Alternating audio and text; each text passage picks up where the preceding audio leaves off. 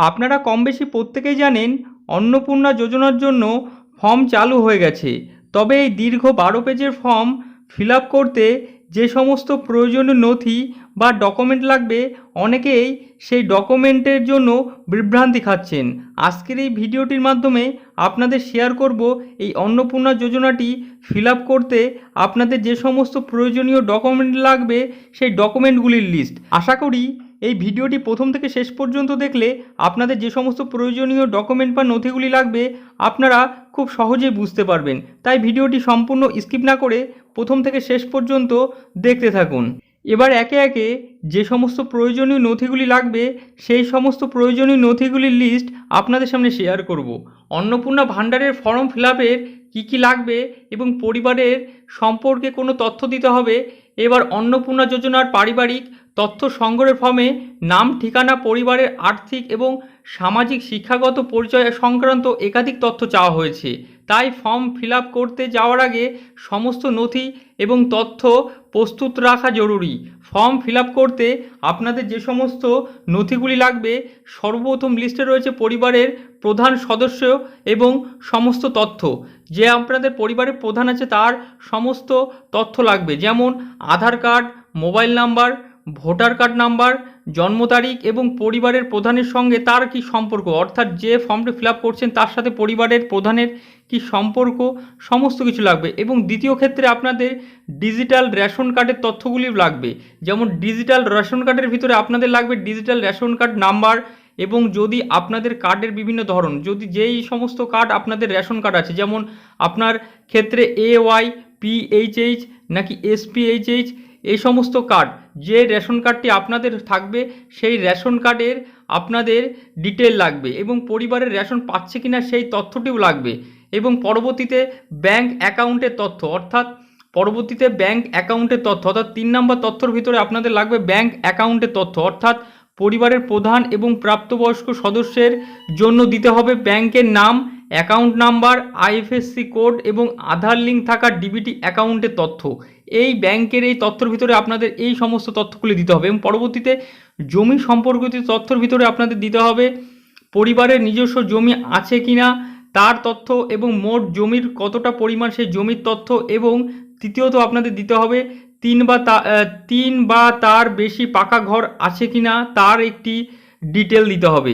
জমির রেকর্ড এবং mutation registration কপিও আপনাদেরকে দিতে হবে। যদি আপনাদের ক্ষেত্রে নামে কোনো জমি থেকে থাকে সেই ক্ষেত্রে আপনাদের এটি প্রযোজ্য হবে। এবং পরবর্তীতে 5 নম্বর যে পয়েন্টের কথা বলা আছে, একটি ইম্পর্টেন্ট পয়েন্ট, যদি আপনাদের পরিবারে কোনো গাড়ির তথ্য থাকে, অর্থাৎ আপনাদের পরিবারে 2 চাকা বা 4 চাকা যদি কোনো গাড়ি থেকে থাকে সেই ক্ষেত্রে তার ডিটেল ইনফরমেশনটি দিতে হবে। ডিটেল ইনফরমেশনের ভিতরে দিতে হবে গাড়ির রেজিস্ট্রেশন নাম্বার, গাড়ির মডেল, কতগুলি গাড়ি রয়েছে, এই সমস্ত একটি বিবরণ আপনাদেরকে দিতে হবে।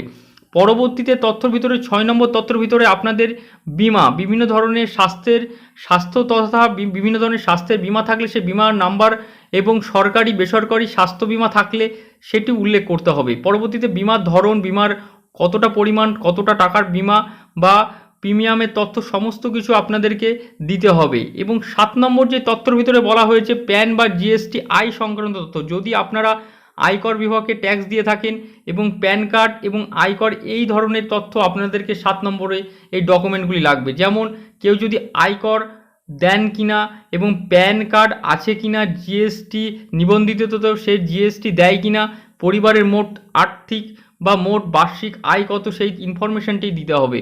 এবং পরবর্তীতে 8 নম্বর যে ইনফরমেশনের কথা বলা আছে চাকরি বা পেনশনের তথ্য। যদি আপনি চাকরি বা পেনশন থেকে থাকেন তাহলে চাকরির ধরন বা পেনশন কত টাকা পান বা কি পেনশন পান সেই বিবরণ আপনাদেরকে দিতে হবে। যদি সরকারি চাকরি হয় সরকারি চাকরি, বেসরকারি বা ব্যবসা, কৃষিকাজ, পরিযায়ী শ্রমিক এবং বেকার, এই ধরনের তথ্য, অর্থাৎ চাকরি বা পেনশন প্রকল্পের ভিতরে আপনি আওতায় থাকেন সেই তথ্যটিও দিতে হবে। এবং 9 নম্বর পয়েন্টের ভিতরে আপনাদেরকে দিতে হবে শিক্ষাগত যোগ্যতার একটি তথ্য, অর্থাৎ আপনাদের এডুকেশন একটি কোয়ালিফিকেশনটি দিতে হবে। পরিবারের প্রাপ্তবয়স্ক সদস্যের সর্বোচ্চ শিক্ষাগত যোগ্যতাও লিখতে হবে।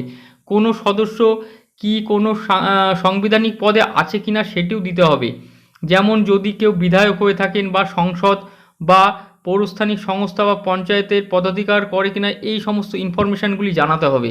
এবং পরবর্তীতে 10 নম্বর পয়েন্টের ভিতরে আপনাদেরকে জানাতে হবে কি, 10 নম্বর পয়েন্টের ভিতরে আপনাদের জানাতে হবে যে কেউ সরকারি পেনশন, অর্থাৎ আপনারা যদি সরকারি পেনশন বা পদ সংক্রান্ত তথ্য আপনাদেরকে দিতে হবে, অর্থাৎ যদি সরকারি চাকরি করে থাকেন বা কেউ যদি সরকারি পেনশন পান বা সংসদ, বিধায়ক, পঞ্চায়েত, পুরসভার পদে আছে কিনা এই ধরনের তথ্য দিতে হবে। এবং 11 নম্বর তথ্য একটি ইম্পর্টেন্ট তথ্য রয়েছে, যেখানে শিশুদের তথ্যও দিতে হবে। শিশুদের তথ্যের ভিতরে কী আছে?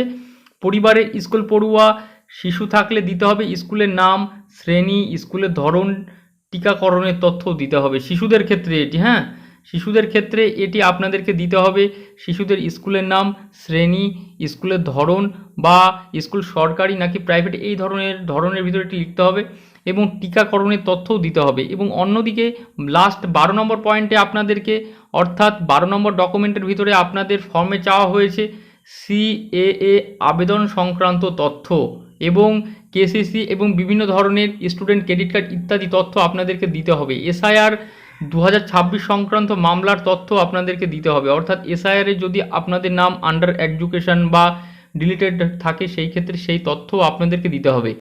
ফর্মে স্পষ্ট বলা হয়েছে ভুল তথ্য দিলে সামাজিক সুরক্ষা প্রকল্পের সুবিধা বাতিল হতে পারে, তাই সব তথ্য যাচাই করে তবেই ফর্ম পূরণ করার পরামর্শ দেওয়া হয়েছে। ফর্মে পরিবারের বলতে বোঝানো হয়েছে এমন সদস্য যারা একসঙ্গে থাকেন এবং একই রান্নাঘর থেকে খাবার খান। অনেকেই ধারণা করেছেন এটা হলো বুঝি, অর্থাৎ যোজনার টাকা পাওয়া যাবে না, এমনটা কিন্তু নয়। সরকার প্রত্যেক আবেদনকারী সম্পর্কে বিস্তারিত তথ্য রাখতে চান, তাই এই বিস্তারিত আবেদনপত্রর এতগুলি ডকুমেন্ট আপনাদের লাগবে। তাই ভিডিওটি যদি ভালো লেগে থাকে ভিডিওটিকে অবশ্যই লাইক করবেন, আরও বেশি বেশি করে শেয়ার করবেন বন্ধুদের ভিতরে, যাতে করে এই গুরুত্বপূর্ণ ইনফরমেশানটি তারা জানতে পারে। এবং এই ভিডিওটি যদি ফেসবুক পেজ থেকে দেখে থাকেন পেজটিকে অবশ্যই ফলো করতে ভুলবেন না।